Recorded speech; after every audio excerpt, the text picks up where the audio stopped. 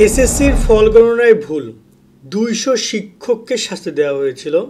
আমরা চাই এইচএসসির যে রেজাল্টটা দিচ্ছে সেখানে যেন কোনো ভুল না হয়। তোমরা শুনলেও অবাক হবা, এক বিষয়ে শিক্ষার্থী পরীক্ষা দিয়েছে, তাকে ফেল দেখানো হয়েছে 3 বিষয়ে। দেখতে পাচ্ছ তোমরা যে ঠাকুরকে এক বিষয়ে পরীক্ষা দিয়ে 3 বিষয়ে 25 শিক্ষার্থীকে ফেল দেওয়া হয়েছে। ব্যবহারিকের নম্বর যোগ করা হয়নি, যেখানে প্রায় 838 জন শিক্ষার্থীর ফল ফেল এসেছে, রেজাল্ট ফেল এসেছে। পরে সেগুলো সংশোধন করা হয়েছে। আমি এই যে ভুলগুলোর কথা বলছি, এটা আমি কোনো 2024 2023-এর ভুলের কথা বলছি না, তোমাদের ছোটো ভাইদের এসএসসির রেজাল্টের এই ভুলগুলো নিয়ে কথা বলছি।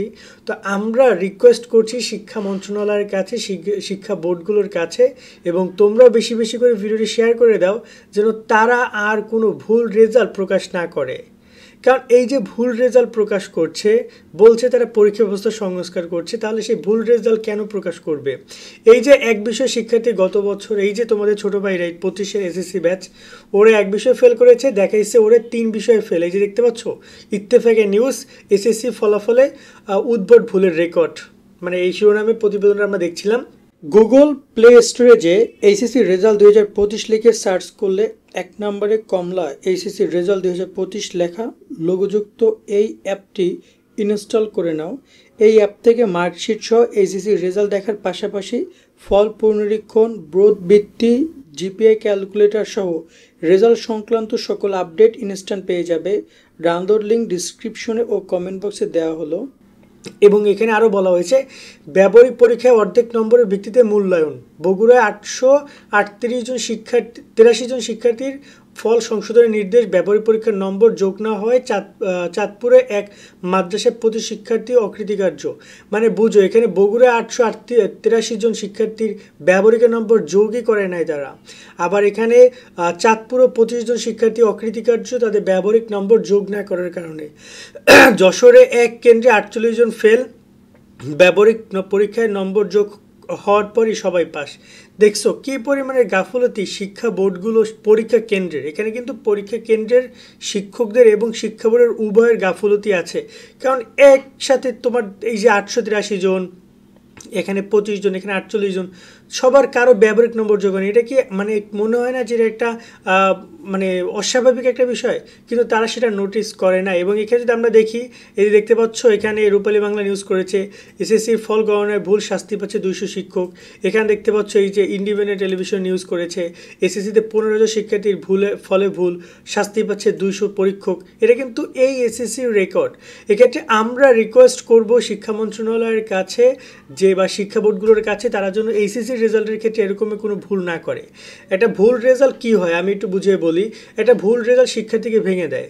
হ্যাঁ, অবশ্যই বোর্ড চ্যালেঞ্জ করার সুযোগ থাকে, তারপরে গিয়ে সেই ভুলগুলো প্রমাণিত হয়। অনেক জায়গায় প্রমাণ না হয়ও না, অনেক জায়গায় সেই ভুলগুলো প্রমাণিত হয়ও না, শিক্ষার্থী ভেঙে পড়ে, সে দেখা যায় বোর্ড চ্যালেঞ্জও করে না। সেক্ষেত্রে প্রথমত তোমাদের অবশ্যই বোর্ড চ্যালেঞ্জ করতে হবে, তোমাদেরকে একটা জিনিস নিয়ে ফাইট করতে হবে যদি তুমি সঠিক থাকো। যদি বোর্ড চ্যালেঞ্জ করো কাজ না হয়, সেক্ষেত্রে বোর্ডের শরণাপন্ন হও এবং জানাও যে আমার এই রেজাল্টটা কোনো না কোনো সমস্যা আছে, এবং লাগলে ম্যানুয়ালি অ্যাপ্লাই করার জন্য আমি পরামর্শ দিব। এক্ষেত্রে এই যে দেখতে পাচ্ছ হাজার হাজার শিক্ষার্থীর রেজাল্ট, 15,000 শিক্ষার্থী, মানে তুমি বুঝো 1 জন 2 জন না, 15,000 জীবন। তারা এরকমের, আমাদের দেশের শিক্ষা ব্যবস্থাটিকে এরকমেরই বলা যায়। তো আমি কিন্তু তোমাদেরকে একটা কথা সবসময়ের জন্য বলছি যে এই দেশে যে শিক্ষা ব্যবস্থা, তাতে অনেকে দেখা যায় যে পরীক্ষার রেজাল্ট খারাপ করলে ফ্যামিলি প্রেশারে, আত্মীয় স্বজনের প্রেশারে একটা ভুলভাল সিদ্ধান্ত নেওয়া। কিন্তু দেশের শিক্ষা ব্যবস্থাকে আসলে সেটার দাবিদার এতটা কিছু না, এমন আহামরি কিছু না যে তুমি ফেল করছো, তুমি তোমার নিজের দোষী ফেল করছো। হতে পারে তুমি বেটার এক্সাম দিয়েছো, পাস করার জন্য পারফেক্ট লিখেছো, কিন্তু পরীক্ষার খাতা দেখছে একজন টিকটকার, পরীক্ষার খাতা মূল্যায়ন করেছে যে কিনা তোমার ওই বিষয়ে শিক্ষক কিনা। এরকম হাজারটা প্রমাণ তো শিক্ষা মন্ত্রণালয় দিয়েছে, বলেছে এইবারই তো দিয়েছে। দেখো আইসিটির পরীক্ষার খাতা দেখাইছে ইসলাম শিক্ষা শিক্ষকদের মাধ্যমে। এখন আইসিটিতে তোমার যদি ফেল আসে তাহলে তুমি কি করবা বলো? তুমি কি করতে পারো?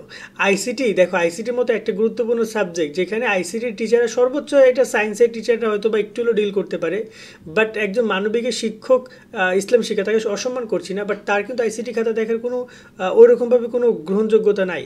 কারণ আইসিটিতে হিউজ পরিমাণে সিকিউর যে প্যারাটা রয়েছে সেটা সবাই বুঝতে পারে না। যাই হোক না কেন, এই হচ্ছে রেজাল্টের বিষয়গুলো। আমরা কয়েকটা ভুল আরও, মানে আমি যদি অনলাইন ঘাটাঘাটি করি, আধা ঘন্টা টাইম দেই, এরকম আরও 100 আর্টিকেল বের করা যাবে বিগত বছরের ভুলগুলো নিয়ে। বাট রাইট না জাস্ট আমি 2-1টা তুলে ধরলাম, তাও এই সরকারের আমলে পরীক্ষাগুলো হয়েছে সেগুলো নিয়ে। সেক্ষেত্রে যদি কারো কোনো রেজাল্ট খারাপ হয়, আমার পরামর্শ থাকবে বোর্ড চ্যালেঞ্জ করবা ইনশাল্লাহ। যদি রেজাল্ট চেঞ্জ হইতে হইলো, না হইলে এই অন্তপক্ষে সামনের বছর আবার ট্রাই করবা, বা ওই বিষয়গুলো রাখবা মাথার মধ্যে, ঠিক আছে? আর তোমরা যারা জাতীয় বিশ্ববিদ্যালয়ে ভর্তি পরীক্ষায় অংশগ্রহণ করতে চাও এবং ভালো কলেজে ভালো সাবজেক্টে ভর্তি হতে চাও, তারা চাইলে আমাদের টার্গেট জাতীয় বিশ্ববিদ্যালয় কোর্সে ভর্তি হতে পারো। ডিসক্রিপশন বা এই যে নিচে হেডলাইনে যে নাম্বার পাচ্ছ, সেখানে যোগাযোগ করে তোমাকে বিস্তারিত জানিয়ে জাতীয় বিশ্ববিদ্যালয় কোর্সে ভর্তি করানো হবে। সকলে অনেক ভালো থাকবা। আল্লাহ হাফেজ।